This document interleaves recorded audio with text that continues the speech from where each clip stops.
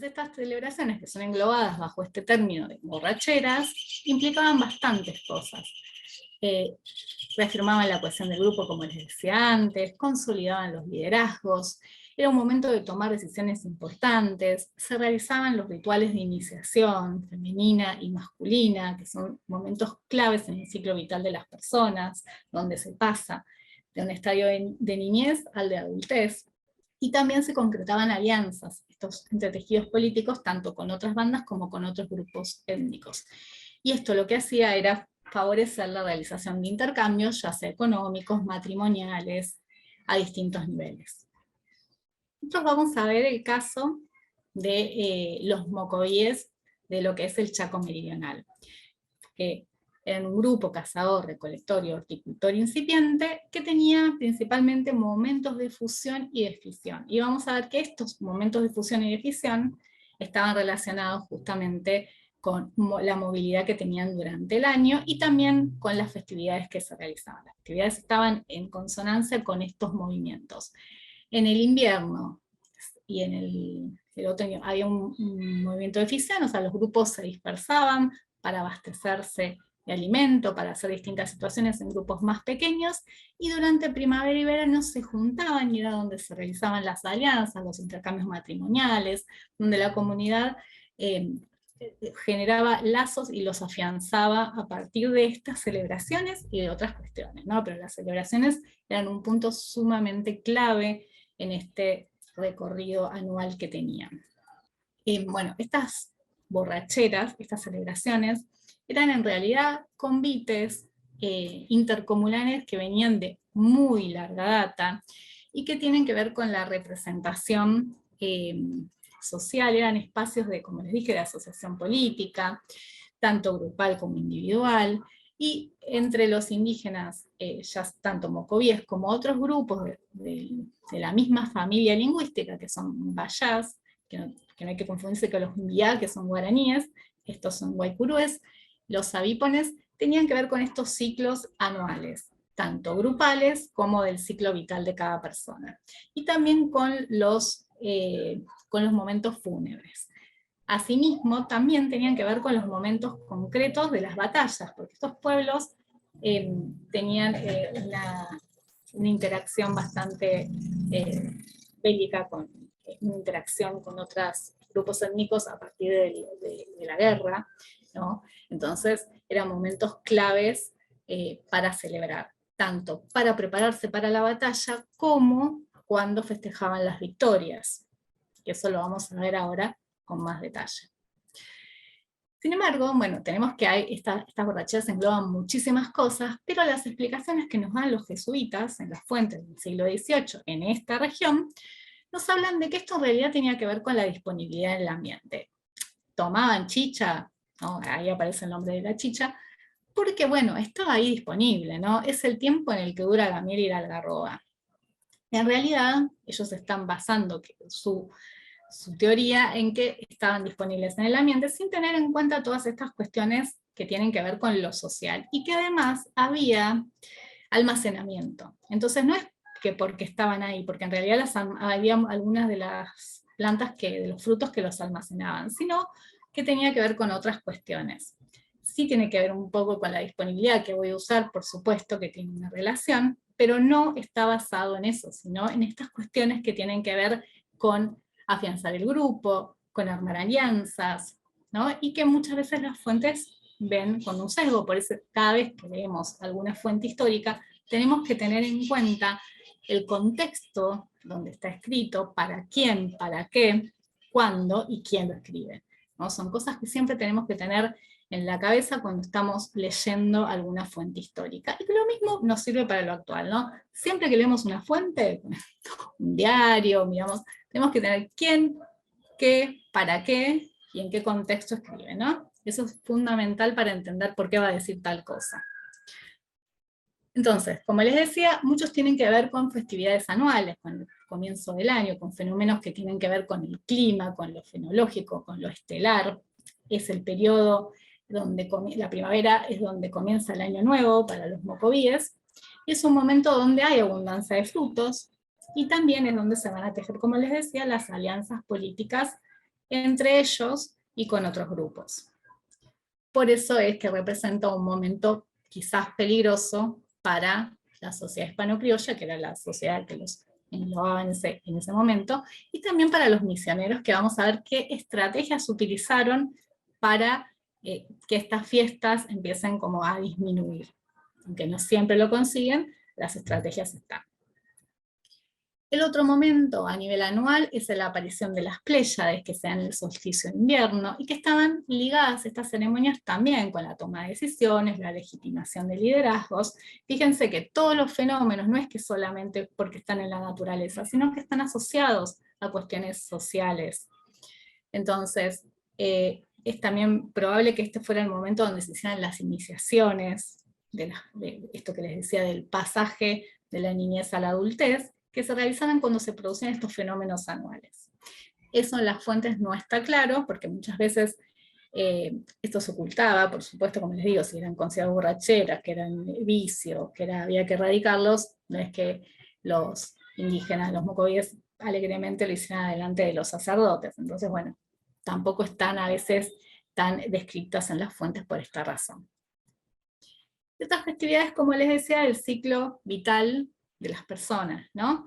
Que tiene que ver también, no solo de las personas, sino que también a veces a nivel político. Cuando nacía el hijo de un cacique se hacían estas festividades, bueno, con los rituales de iniciación que no está como muy claro si se hacían en momentos separados o se hacían junto con otras ceremonias como el inicio del año o la aparición de las Pléyades, que esos momentos lo que marcaban eran también los cambios, esto de la fisión y la fusión probablemente estaban marcados por esos ciclos, ¿no? Se hace la festividad, nos separamos, se hace la festividad, nos juntamos todos, bueno. Y también es importante porque las festividades hay intercambio de información, que es fundamental para todas las sociedades, y más en estos momentos donde necesitamos saber qué recursos, qué personas, dónde están, empuja también con la sociedad hispano-criolla, entonces hay que ver dónde están, con quién negociamos. Bueno, eran como momentos sumamente importantes dentro de este contexto del siglo XVIII. Siempre lo fueron, pero en este contexto particular toma relevancia esta cuestión también de los conflictos con la sociedad que estaba, que los había después puesto en una misión, ¿no? Los pusieron, pero ellos negociaron, pero bueno, terminaron en misiones administradas por los jesuitas. Y bueno, la iniciación masculina es interesante porque los mocovíes, como otros grupos chaqueños, hay una idea que se llama contagio. ¿Qué es lo que pasa? Cuando yo empleo un objeto, por ejemplo, en el caso de la espina de la raya, ¿no? del pez, ese pez está asociado con el coraje. Entonces, si yo me hago una escarificación, o sea, en la piel, me paso la espina dentro de un contexto, voy a adquirir la capacidad que tiene ese animal.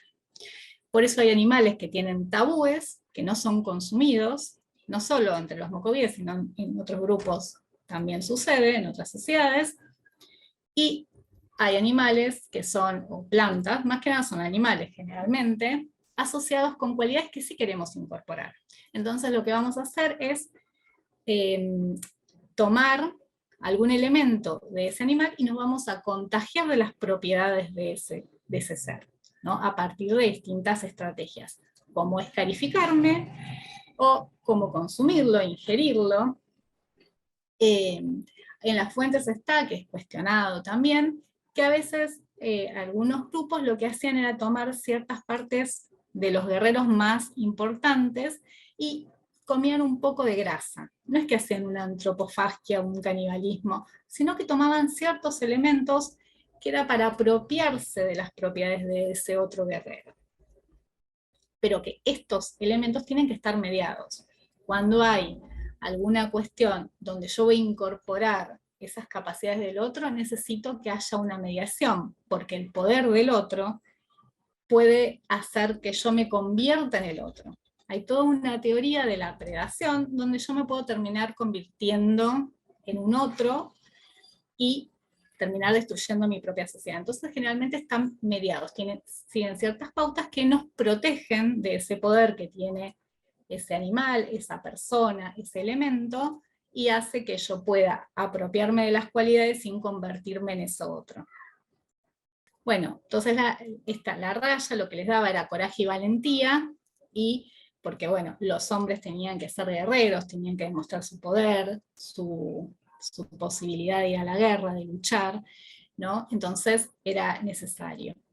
Y las mujeres tenían restricciones que tenían que seguir cuando tenían su menarca, su primera menstruación, y no debían consumir carne. ¿Por qué? Porque las mujeres, si consumían carne cuando menstruaban o si se acercaban a cuerpos de agua, podían hacer que hay una gran relación con los seres, que los dueños de las especies y los dueños de los lugares y las dueñas, y los hacen enojar, porque la sangre es algo que contamina también, ¿no? Eso también se ve en otros lugares, pero acá lo que hace es despertar situaciones en las cuales las mujeres pueden convertirse en otra cosa, se pueden convertir en seres anómalos, anormales, que destruyen la comunidad, los matan a todos, se convierten en caníbales, ahí sí, y hacen que se mueran todos. Entonces, en esos momentos de menstruación, las mujeres tienen que estar aisladas, seguir una dieta de alimentos de origen vegetal, y lo mismo pasa en el parto. Cuando van a parir, el hombre no puede ir al monte, no pueden ir al monte tampoco las mujeres cuando están menstruando. Entonces, bueno, ¿por qué? Porque está esta idea de que el cuerpo es permeable, de que todo lo que somos parte de algo mayor, y que eso se permea y que puedo convertirme en otra cosa. Tienen otra concepción de lo que es el ser. Entonces, bueno, hay que cuidar justamente que no me convierta en otra cosa, siguiendo estas pautas que están muy claras. Cuando estás menstruando, no vas al monte, no te acercas a un cuerpo de agua, no comes carne, ¿no? Y cuando nace un niño, esto también lo tiene que hacer el padre. No ir al monte, no ir a cazar, se tiene que quedar también, que se llama coguade, tiene que estar aislado junto con el niño y la madre. Porque son momentos, los momentos de cambio en el ciclo vital, son momentos que uno está más permeable, el cuerpo, el ser se permea y puede introducir estas cosas que a veces las buscamos, ¿no? Como buscar tener coraje, valentía, pero hay otras que no, que son seres poderosos que se pueden introducir. Hay una idea mucho de la introducción, a veces el chamán manda algo, o el brujo, y lo introducimos en nuestro cuerpo y de ahí nos convertimos en otra cosa. Bueno, como les decía antes también, en los encuentros bélicos, cuando se empiezan, se preparan, las pinturas faciales eran rojas y negras. Entonces, lo que decía Canelas, que es un misionero que es citado por otro jesuita de este siglo, pero que retoma sus escritos, dice que antes de salir al asalto, si tienen comodidad para hacer sus chichas, se acaloran con ella, ¿no? Como que la bebida fermentada también los envalentona y los manda a que puedan ir a la guerra y que vayan y que tengan como otra conducta, ¿no? Más impulsiva. Y también en las victorias, ¿no? Cada vez que hay una victoria, muchos pueblos del Chaco lo que hacen es sacar el cuero cabelludo, que se llama scalps, las cabelleras de los enemigos, y vamos a ver que después que lo usaban como recipiente también para tomar estas bebidas fermentadas. Y estos momentos, cuando había las victorias de la guerra, se cambiaban los nombres, porque los guerreros más valientes empezaban a tener como, no cargos, pero sí como otro estatus social, podemos decirlo de alguna forma, y también se realizaban estas peleas que les decía de mujeres, y también hay una cuestión de que se empiezan a rememorar hazañas guerreras anteriores, que esto también podía generar conflicto con los hispano-criollos, porque hay una idea de que empiezan a rememorar y se empieza en una escalada también de violencia, porque pasó tal cosa, entonces voy a hacer esto, y hay un ciclo de memoria y de venganza. Entonces puede generar situaciones que van a terminar en nuevos conflictos. Bueno, los mocovíes usaban algunas bebidas que son las que vienen del algarrobo blanco, el algarrobo negro, diferentes especies de prosopis, maíz, chañar y miel. Cada una de ellas, lo interesante es que tiene distintos detalles de elaboración y tiene distintas cuestiones asociadas. Ahora vamos a ver algunas, no les voy a contar absolutamente todas para que no se aburran, pero les tomé como lo más importante para decirles. Bueno, acá hay una imagen de Pauque, que fue el misionero que más estuvo, que estuvo con los mocovíes hasta la expulsión, cuando los expulsan a los jesuitas de América, y él está varios años ahí, y hace unas imágenes muy lindas. Bueno, mis trabajos, mi tesis fue sobre este jesuita, como con los mocovíes, ¿no? Los mocovíes vistos a partir de Pauque. Sería. Bueno, la algarroba es lo que les decía antes de las propiedades medicinales. Se habla mucho que tiene que ver con curarlos, que ellos, porque tomaban esto, estaban sanos, ¿no? Hay como algo así en las fuentes mismas, ¿no? Dicho por los jesuitas. Y lo interesante es que ellos, para hacerla, hacían un hoyo y ponían cuero de buey o de vaca. Y el buey, la vaca, son exóticos, son animales que son introducidos cuando llegan los europeos acá, y es interesante porque son incorporados a la vida cotidiana, pero además también formaban parte de la dote de la novia, ¿no? Cuando uno se va a casar, por decirlo de alguna manera, en este momento se dan regalos. Y se utilizaban para esto. ¿Por qué se utilizaban? Bueno, podrían haberse utilizado otros animales también, habría que ver, pero probablemente tenga un sentido simbólico, un sentido de estatus, un sentido de... no es cualquier animal. Por eso les digo que hay que ver estas pequeñas cuestiones de que no todas las especies se usaban igual, y todas tenían... Es probable que se usaran en contextos distintos, más allá si estaban quizás disponibles en la misma época. Eso no está explicitado, pero quizás es algo probable que sucediera. También controlaban ese proceso. Acá Pauque dice, había algunos hermanos borrachines que andan en derredor para probar si la bebida tiene la suficiente fuerza, o sea, había un control en la elaboración. Acá eran hombres, después vamos a ver que en otras son mujeres. En el caso de la miel, lo que se dice es que es la más fuerte de estas bebidas fermentadas. Y acá fíjense lo que les digo de los detalles, que lo que se usa es un cuero de tigre o ciervo, ¿no? Y estos están taguados, el tigre y el ciervo. ¿Por qué? El tigre porque devora gente, entonces si yo me como un tigre, probablemente me convierta en predador. Y el ciervo, por las características que tiene, probablemente de huida, de un ser como temeroso, escurridizo, también. Cierto, los hombres jóvenes no pueden consumir ciervo. Entonces, ¿por qué si esta bebida se hace con esos dos, mientras que la de algarroba se hace con cuero de buey o de vaca? Esta se deja 2 o 3 días, y también tenían catadores, había como grupos que se encargaban de esto, y avisaban cuándo estaban. Entonces, es probable que les digo que tengan un simbolismo que no nos llegue, o sea, que podemos deducir a partir de lo que resto de cosas que sabemos, pero en las fuentes no está claro por qué algunos son con determinados cueros y no con otros, pero hay una asociación porque se sabe, y en las fuentes también está escrito, y también si uno a veces cruza con los registros un poco más actuales, hay tabúes alimenticios sobre estas especies. También aparece el maíz, que es una especie exótica al lugar, es americana, pero no es de la región. Es una especie que se traía por intercambio. Entonces, acá es interesante porque el rol central lo tienen las mujeres, ¿no? Acá las mujeres son las que preparan esta chicha, por decirla de alguna manera, y lo hacen a través de la saliva, ¿no? Mascan y escupen, y así van haciendo esta bebida fermentada. ¿Y por qué es importante? Bueno, así como tenemos en el otro caso los cueros de distintas especies, las mujeres tienen un rol de mediadoras con estas cuestiones poderosas, con la otredad poderosa. Imagínense que hay muchos seres, como les digo, dueños de especies y dueños de ámbitos, y esas mujeres lo que hacían era intermediar entre esos seres, porque eran mujeres grandes, porque a medida que pasa el tiempo, cuando uno más grande está, hay menos permeabilidad. Las mujeres cuando menstruan están más permeables, pueden convertirse en obresas o en seres anómalos, mientras que las mujeres que han dejado de menstruar están como más cerradas, por decirlo de alguna manera, sino que no hay esa permeabilidad corporal que les permita convertirse en otra cosa. Entonces pueden manejar estas cuestiones de poder de distinta manera que una mujer más joven.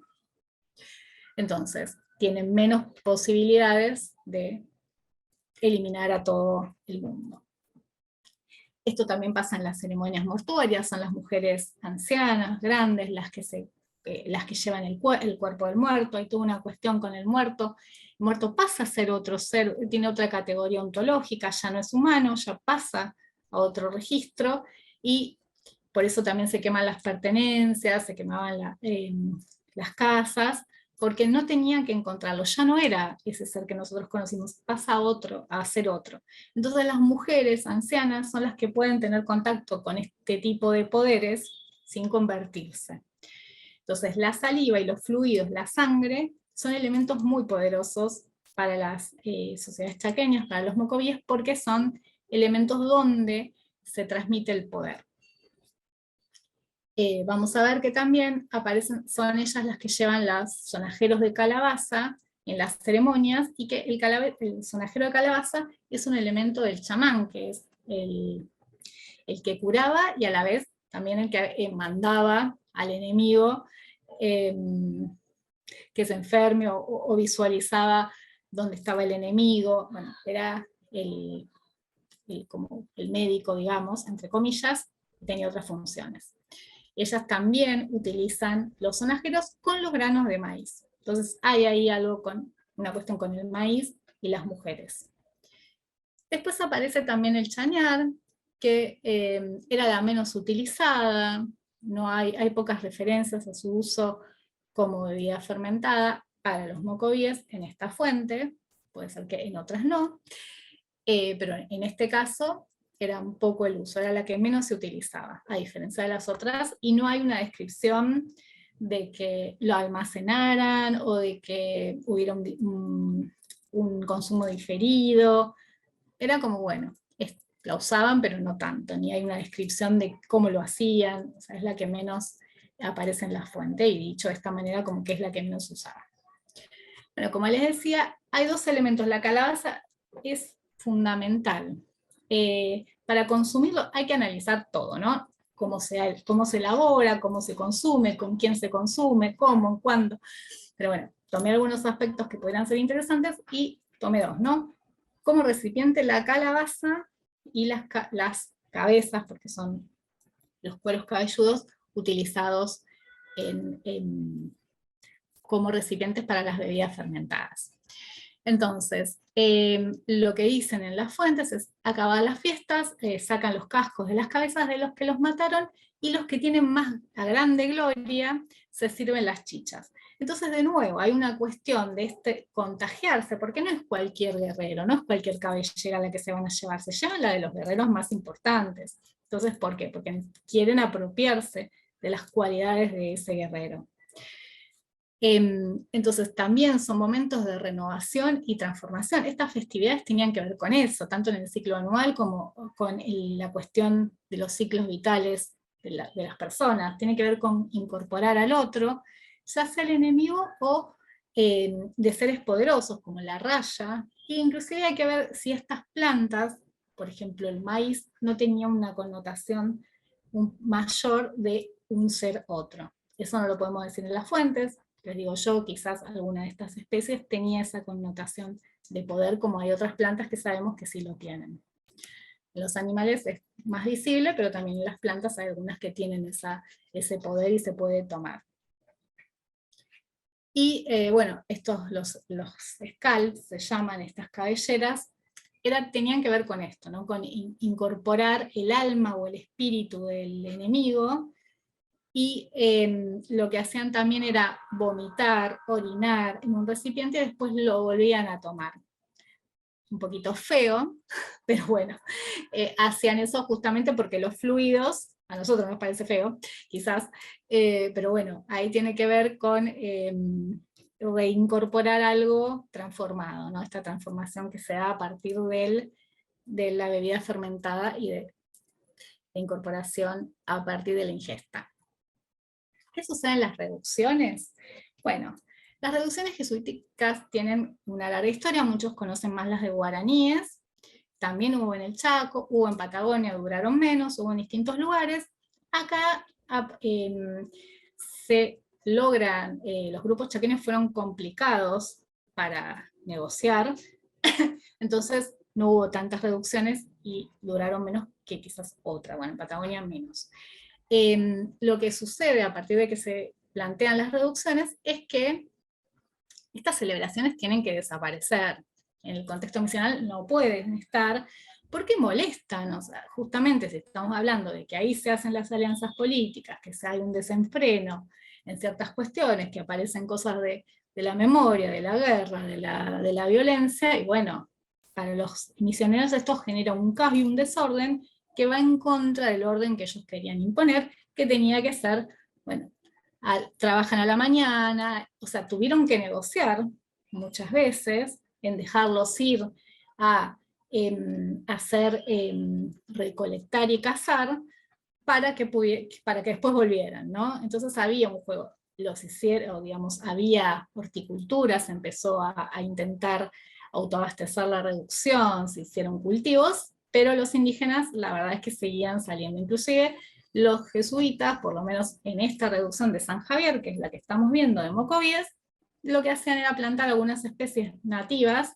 para que los indígenas no fueran a buscarla afuera, sino que la tuvieran cerca y estuvieran más tiempo asentados ahí. Lo que se buscaba era reducir la movilidad, que se quedaran ahí más tranquilos, y se negociaban con los distintos caciques, y ahí también surgieron algunos liderazgos a partir de estas negociaciones. Entonces, como se quería evangelizar y civilizar, estas fiestas no podían ser expresadas libremente, sino que empezaron como a ser transformadas o a buscar sus recursos para que no las hicieran más. ¿Por qué? La embriaguez era considerada, como les decía, vicios, es como un defecto innato, los hace débiles moralmente, y como los indígenas eran considerados como niños en cierta parte, lo que se les brindaba una libertad tutelada. Entonces, ellos podían aprender a partir de mirar a los jesuitas, porque tenían capacidades miméticas, o sea, se copiaban de lo que les hacían los europeos. Entonces, una de las cosas que se buscó para reducir la ingesta fue darles yerba mate y tabaco, ¿no? Para alentar que en lugar de consumir bebidas fermentadas, se consumieran estas otras y que se dejaran las bebidas fermentadas a un lado, y lo hacían a partir bueno, vos vas y trabajás, vas a misa, bueno, yo te doy tanto por semana o tales días. También se les daba duraznos. Ahí en las excavaciones que se hicieron aparecen muchos de los carozos y de las cuestiones, justamente para disminuir el consumo de estas bebidas fermentadas. Otra de las cosas que se hicieron fue cambiar las fiestas, estas celebraciones, por la fiesta patronal. Una instauración que se hizo, por lo menos en San Javier, fue hacer un desfile que era más bien un desfile militar. Si ustedes ven, que tengo la imagen por ahí, ven que esta fiesta tiene todo un desarrollo militar y van las autoridades, pero si ustedes miran, en el medio están las mujeres con las calabazas y los escalos. Entonces, o sea, estaban dentro de un contexto patronal, civilizado, entre comillas, y todo, pero aún seguían, se les permitía, justamente en este plan de negociar, seguir con algunas de sus prácticas. También se las ve solo con las polleras, no estaban completamente vestidas. Entonces, bueno, fueron estrategias que emplearon los jesuitas para disminuir estas tradiciones y estas festividades, aunque a veces estaban durmiendo y escuchaban las trompetas, las cornetas, que se estaban haciendo igual, ¿no? A dos pasos de las habitaciones de ellos, de donde dormían, pero bueno, fueron estrategias distintas que utilizaron para lograr que se civilizaran. Bueno, con esto, ¿qué les quise transmitir? Bueno, que estas borracheras son un conjunto de celebraciones de distinto tipo. que tienen que ver tanto con cuestiones anuales, que tienen que ver con cambios en el año, en el comienzo del año, la aparición de las Pléyades, y que están marcados muchas veces por estas cuestiones naturales, pero que también tienen un gran componente social, como es una celebración, y que tienen que ver con tejer alianzas, con cuestiones políticas, con intercambios de ideas de personas, es donde se casaban, es donde cambiaban probablemente de estado de la niñez a la adultez. Entonces, estas borracheras eran otro tipo de celebraciones que fueron englobadas dentro de este término, como pasa con chichas. Chichas fueron un montón de bebidas fermentadas que cada una tenía su nombre, pero se englobaron dentro de este. Y que cada elemento dentro de la celebración tiene un significado, no se hacía porque sí. Lo mismo que cuando uno va quizás a una misa y cada elemento significa algo, en esto pasa lo mismo. Cada elemento tiene una significación. Quizás no nos llegó del todo qué significa cada cosa, como les digo, algunas se pueden llegar a deducir porque hay tabúes alimenticios, porque hay tabúes con ciertas cuestiones y podemos inferir, o porque sabemos que son especies introducidas y que empezaron a tener una importancia para las sociedades, pero que cada una tiene su particularidad. Y que estos momentos también lo que implicaban eran conectar con otros planos de existencia, con estos seres poderosos, implicaba también no solo el vínculo entre los humanos, sino también con los no humanos. Entonces es sumamente importante entender el contexto, y cuando leamos en algún lugar, si en alguna fuente, alguna vez, en borrachera, hay que hilar un poco más fino y ver a qué se está refiriendo, porque esa borrachera puede significar un montón de cosas, y no es la misma borrachera que quizás pensamos desde el hoy, lo que consideramos nosotros, por supuesto, después de varios siglos. Entonces, bueno, entender el contexto y también mirar quién lo escribe. Como les digo, una cosa importante es mirar quién escribe, para qué, en qué contexto y cuál es la función de su escritura.